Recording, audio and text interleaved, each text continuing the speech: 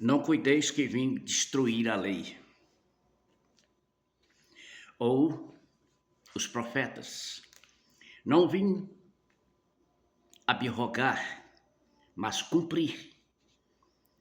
Porque em verdade vos digo que até que os céus, ou seja, que o céu e a terra passem, nenhum jota ou um tio se omitirá da lei, sem que tudo seja cumprido. Qualquer, pois, que violar um destes menores mandamentos e assim ensinar aos homens, será chamado o menor no reino dos céus. Aquele, porém, que os cumprir, ensinar, será chamado grande no reino dos céus. Porque vos digo que, se a vossa justiça não exceder a dos escribas e fariseus, de modo nenhum entrareis no reino dos céus. Mateus capítulo 5, versículo 17 até o 20. Olá, meus amigos, amados, queridos, sejam bem-vindos no canal Dois Caminhos. Obrigado por tudo, por me acompanhar, por seguir, por estar aqui, né, por algum motivo, alguma razão, circunstância. Estamos diante da palavra de Deus, né? Estamos aqui tentando, né, de alguma forma, melhorar os nossos passos, nossos caminhos, a nossa obediência, saber a quem devemos obediência, né? Saber a quem devemos, né, a nossa adoração, saber a quem devemos de fato confiar, né? E hoje nós estamos aqui em Mateus, capítulo 5, versículo 17, 18, 19, 20. Olha só que palavra interessante. Quando a gente para pensar, né, muitas vezes a gente quer anular uma coisa e aceitar uma. Não, esse aqui tá comigo, eu gostei disso aqui. Não, isso aqui, vamos pular essa linha aqui, porque isso aqui tem nada a ver comigo, né? Sempre a gente faz essas coisas. Então existe aquela coisa, será que o mandamento, será que o Antigo Testamento ainda, ainda é válido para os dias de hoje? Não. Só o Novo Testamento. Bom, então se o Antigo Testamento não serve para nada, então para que eu vou estudar o Antigo Testamento? Bom, mas daí vem essa questão aqui, Jesus falando, olha, não, eu não vim aqui para destruir a lei, para abolir a lei, eu vim aqui para cumprir, eu vim aqui para completar a lei, né? A palavra cumprir aqui é completar. Como assim? Completar a lei significa,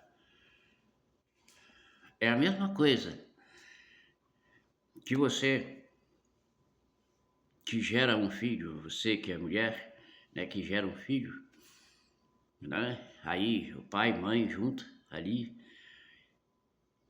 até que o filho complete idade suficiente para tomar conta de si próprio, ele vai estar sempre, o quê? Debaixo da lei dos pais. Vai fazer a vontade dos pais. Vai estar ali, né, caminhando junto com os pais. Mas um dia ele vai embora. Ele vai tomar seu rumo, vai casar, vai morar sozinho, certo? Vai arrumar uma companheira e vai viver a sua vida. E aí ele deixa de ser, né? Ele deixa daquele compromisso de estar debaixo da lei do pai. Agora os pais, aquilo que os pais tinham que fazer, fizeram por ele. Tudo que ele tinha que aprender foi ele foi ensinado para ele, os passos, o caminho. Então, quer dizer, daqui para frente,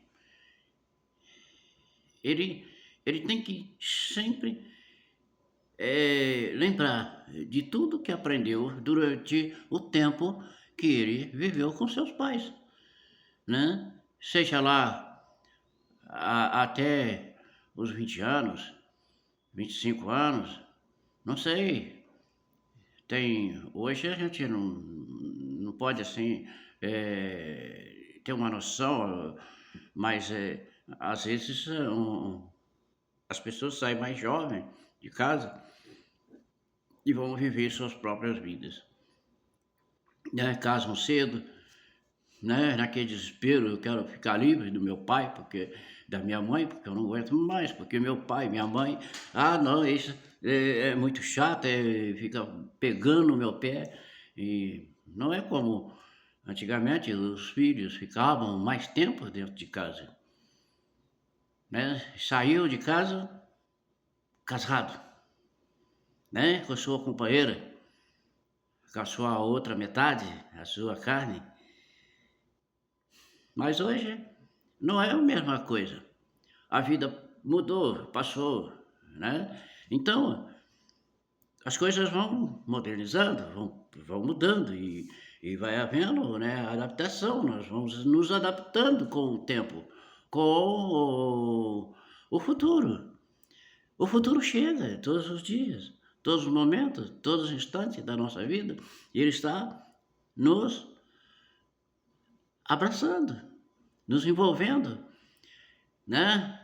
Eu estou aqui conversando com você, daqui a pouco eu não sei onde eu vou estar, nem se vou estar, né? Assim é o futuro, mas ele é o futuro, vamos viver pela vida, né? E agradecer a Deus, porque Ele está nos acompanhando.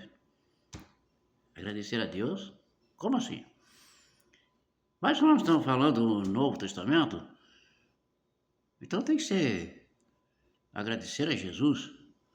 Ah, tá bom. Deixa de confusão, deixa de confusão. Uma coisa que você tem que entender, aqui Jesus está dizendo para nós que ele não veio para destruir a lei, nem para abolir a lei. Ele veio para cumprir, ou seja, completar a lei. Como é que se completa a lei? Exatamente como eu acabei de dizer. Depois que você criou o filho, né? Agora ele toma uma decisão e vai para o mundo, vai viver sua própria vida, vai construir a sua própria família. E a mesma coisa. O Antigo Testamento é a palavra de Deus. Até que se prove o contrário, é a palavra de Deus. É a vontade de Deus que está cuidando do povo. Qual povo? Povo que são testemunhos, né, da presença de Deus no meio deles. Então, se nós considerarmos o Antigo Testamento como a vontade de Deus, agora, por quê? Por que eu estou dizendo isso? Porque até então, ninguém sabia quem era Jesus. Ninguém sabia quem era Cristo. Apenas havia uma profecia. A profecia de um Messias, um esperado, que viria. Então, essa profecia começa onde? Começa no capítulo 3 de Gênesis, versículo 15, e vem, aos poucos ela vem dominando, né? Por quê? O Antigo Testamento é como se fosse uma é uma mulher que está grávida. Então ela com o tempo ela vai, né? A sua gravidez ela vai, né? Sendo despontada. A gravidez começa onde? Na primeira profecia, lá em Gênesis capítulo 3, versículo 15. É quando é plantado a semente, né? Dentro do coração do ser humano. A esperança desse Messias, desse esperado, né? Então ninguém sabe quem é. Ele está sendo gerado. Ele está sendo gerado. E Deus está então fazendo o quê? Cuidando dessa gravidez. Está cuidando dessa gravidez durante o tempo todo, né? Ela passa por muitas dificuldades, muitas, né? Ali Deus sempre protegendo, né? Aí você vai, eu não vou contar a história para você, porque você conhece a história da Bíblia, sabe o passo a passo do Antigo Testamento, como que funcionou toda a gravidez, né? Para que Jesus fosse gerado. Olha que coisa mais linda. Você nunca tinha pensado nisso, né? Então, Israel é o quê? É o berço. Israel é o berço de Jesus. É o berço de Jesus, é onde ele vai receber então a promessa. Quem é a promessa? Jesus, né? Aquele que vai vir, aquele que vai fazer a diferença. Aquele que é a, a grande expectativa desse pai, né? Porque quando Jesus chega ali na beira do Jordão, aonde João está batizando, aí Jesus, aí Deus, né, se manifesta, né, dizendo: eis meu filho amado, a quem eu comprazo. Olha só que coisa linda. Então, aí quando Jesus chega, né, aí que ele é gerado, né, a gente sabe por quem, né, ali se envolve, né, Maria e José, né, que são os responsáveis, né, agora há né, realmente aconteceu, foi gerado o Messias, o esperado. Agora vem no colo do ser humano como o ser, como ser humano. Tudo aconteceu dentro de uma história. Aí então, quando Jesus assume o ministério, então o Novo Testamento, aí começa o quê? A liberdade de, né? A liberdade. Agora nós temos o Antigo Testamento, que é a palavra de Deus, a vontade de Deus, a qual Jesus ele obedece.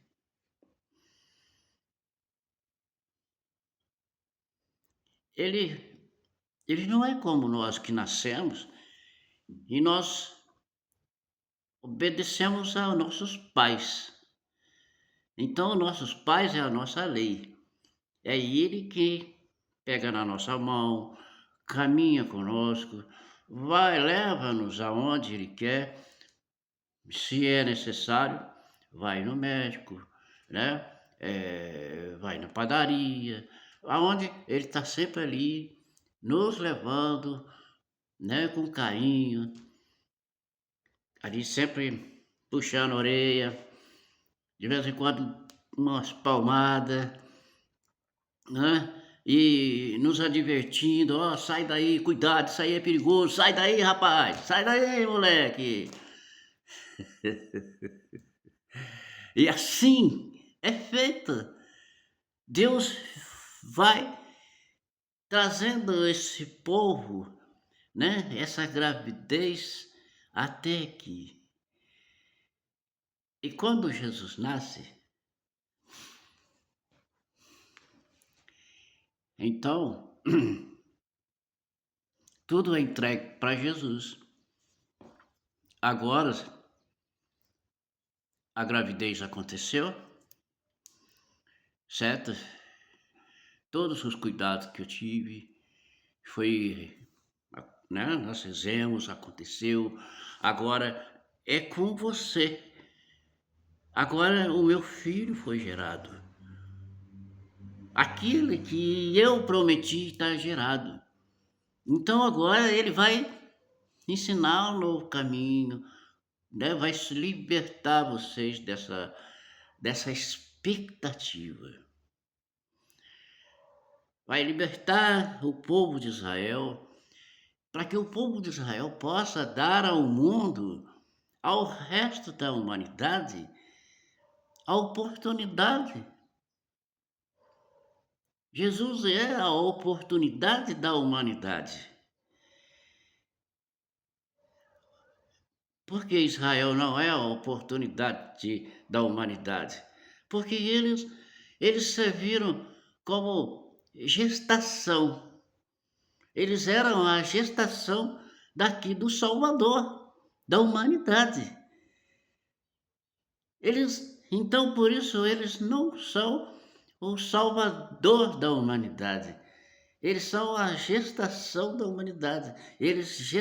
Né? A função de Israel, do povo de Deus escolhido desde Adão e Eva até o momento, né, da gravidez de Maria, eles eram o quê? Né? O berço e a, né, ali Deus preparando eles para receber Jesus. Não. Deus cuidando da gravidez que era Jesus, que precisava vir. Então, os mandamentos de Deus é a obediência de Jesus. Jesus obedece a quem? A Deus. E nós obedecemos também a Deus e a Jesus. Por quê?